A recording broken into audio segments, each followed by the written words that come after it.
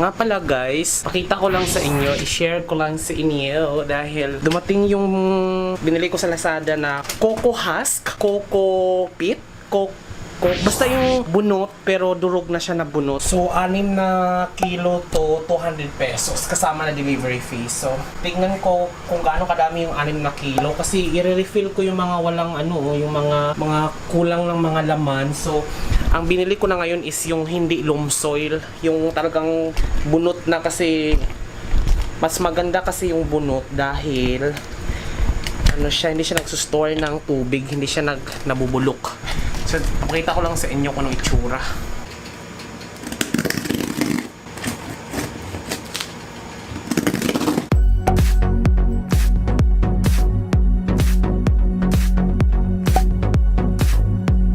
Ay, taray. First time ko makita ang ganitong style ng lupa. Ayan. So, sa isang ganito, 2 kilo tong ganito, guys. Madami na pala.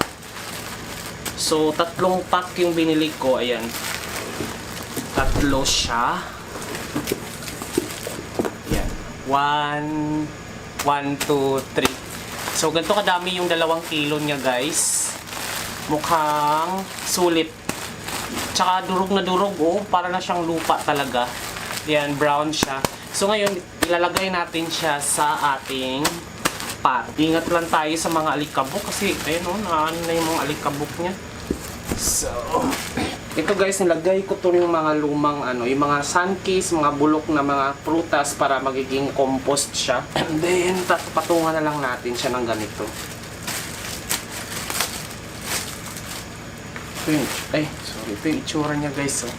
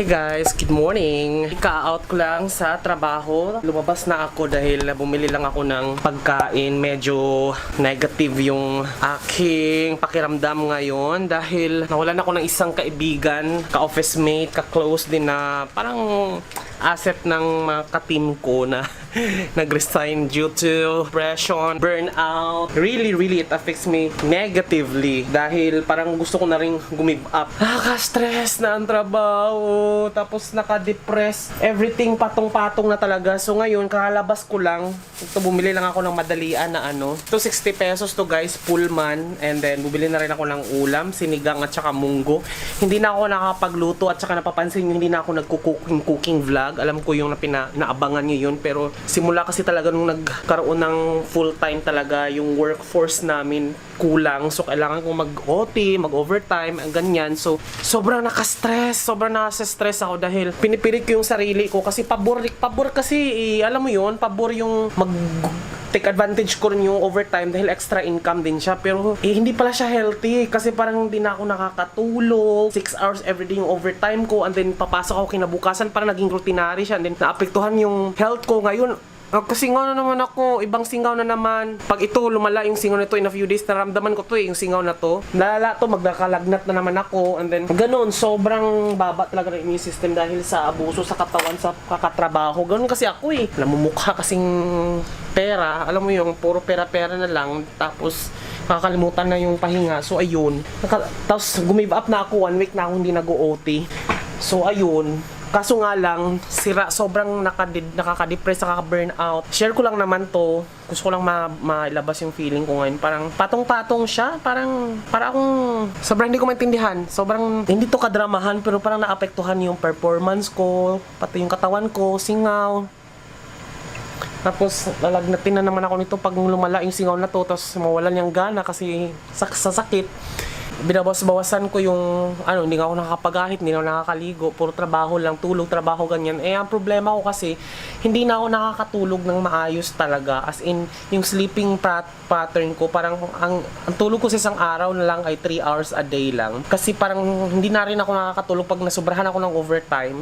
Kahit nandito lang yung higaan ko, hindi na ako nakakatulog agad-agad. Parang ang dami ko pang iniisip, patang active pa ng utak ko, parang nalipasan ka na ng puyat or tulog.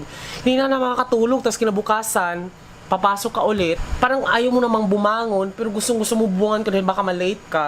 Hindi na ako nakakaligo, hindi na ako nakaka-toothbrush. Ayun, tapos parang nag-irritable ako, nag-iba na dahil nga sa sleep pattern ko at saka sleep deprivation. Parang sabi ko, nung una kasi, nung hindi ko pa na-experience, so akala ko kaartihan lang yan, hindi ko naintindihan. Parang nag-aapekto pala siya psychologically, mentally, and then it affects your behavior, your performance. Tapos parang alam mo yun, kailan pala talaga ng pahinga, hindi lang physically, mentally din. So, depressing din talaga tong pandemic talaga. Akala ko nakaka-move on ako, pero hindi pa rin pala talaga. So, ang ginagawa ko nitong mga nakaraang araw, para lang makatulog ako, bumibili ako ng antihistamine kahit wala naman akong atake ng allergy.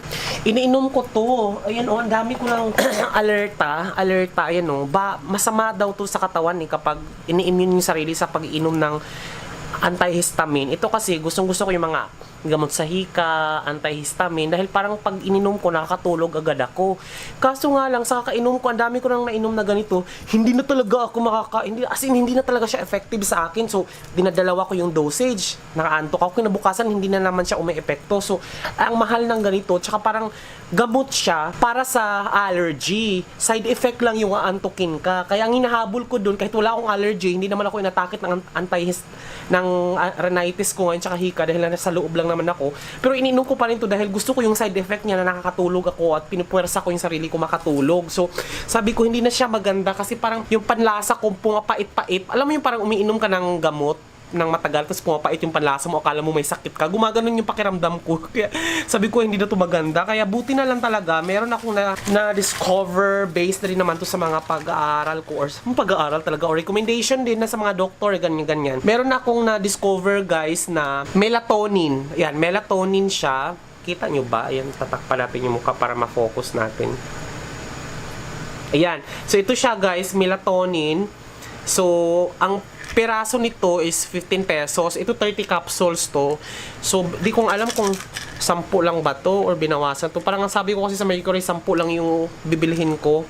150 pesos. Parang isang bottle yung binigay sa akin. Parang 30 capsules yata. Ewan ko lang kung nagkamali yung ano. Nagtaka nga ako isang botelya, pero sabi ko 10 piraso lang kasi 3 milligram yung isa nito guys. At saka ang sabi ay food supplement siya, no approved therapeutic claim. So hindi naman talaga siya hindi naman talaga siya gamot. It's a food supplement siya, melatonin siya, 3 mg yung melatonin niya.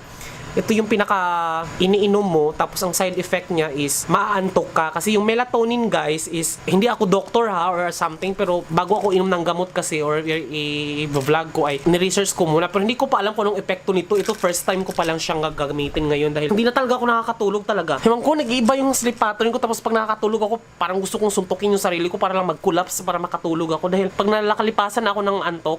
Tapos pagdating sa trabaho, tsaka ako inaantok, pinipilit kong sampalin sarili ko para magising. So, ito, sabi ko baka bumabalik yung sleep pattern ko. Sakit ng singaw ko. Tapos, inom ako nito, isa. Melatonin kasi guys is like a hormones or a chemical na meron sa dugo natin na, not naturally, meron sa dugo natin na nagpo-produce siya every time na during bedtime. Parang siya yung nagre-remind sa katawan natin na okay, you have to rest, naantokin ka, yun. Kaya kayo naantok because of your hormones or chemical sa brain natin na melatonin ang tawag. So, which is wala siya kapag araw.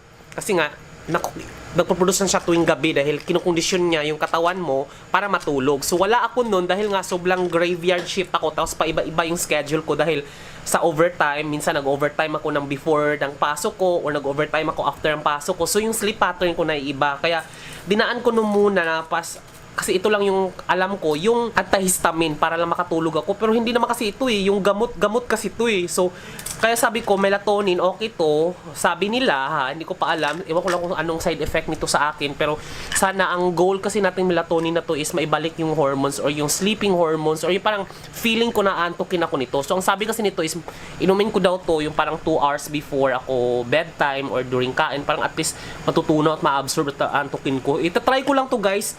15 pesos per capsule. Yun yung mga 3 milligram.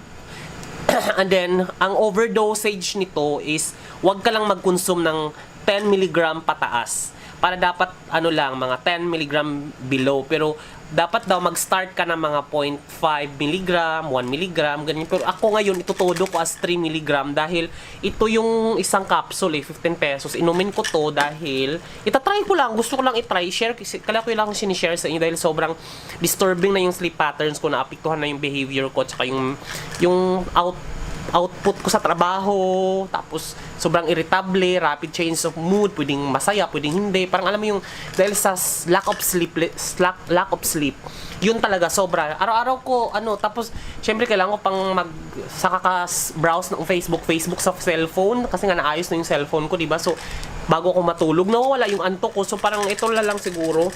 Tapos, kailangan ko pang manood ng movie. Alam mo yun, yung parang time constraint talaga. Alam mo yung, kailangan ko talaga i-maximize yung mga remaining time ko.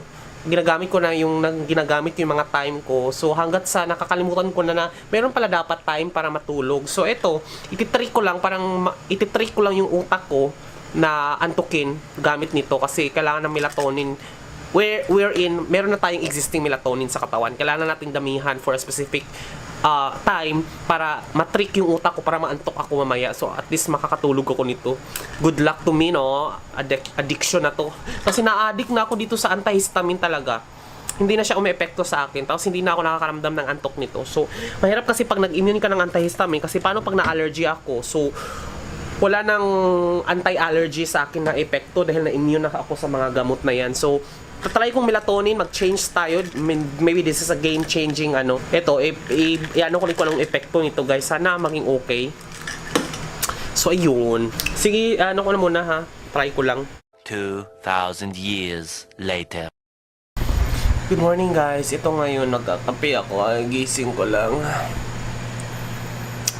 Alas 9. Ito, magkakape ako dahil grabe yung side effect ng melatonin. Ang haba ng tulog ko simula alas 6 ng umaga hanggang ngayon lang ako nagising. Alas 9 na ng gabi. Muntik pa akong malate. Parang gusto kong umabsent. Parang gano'n siya. Parang antok talaga. Tas mapagpahinga naman ako physically yung utak. Pero antok talaga. Parang masarap siya pag weekend yata. So, ito ngayon, umaga, meron ako tinapay dito. Tapos, magkakape ako kasi, hindi talaga siya maganda. Para siyang, antukin ka talaga. Nagpa-alarm naman ako, pero parang gusto kong umabsent. Good morning na lang. Alas 9 ng gabi. Hey guys, good morning! Actually, good afternoon dahil 2:56 na ng hapon ngayon. Hinika ako bigla. Sobrang bigat ng aking nakuhang package ngayon. Ito naman ay galing sa aking kumpanya. It's a UPS para tuloy-tuloy ang ating trabaho. Dahil nadala na kami nung brownout, nung ano ba yun, yung bagyong Ulysses, di ba nag-brown out kami dito. So since kahit meron kaming generator dito, pinapadalhan pa rin kami ng ng kumpanya ko ng power backup. It's a UPS.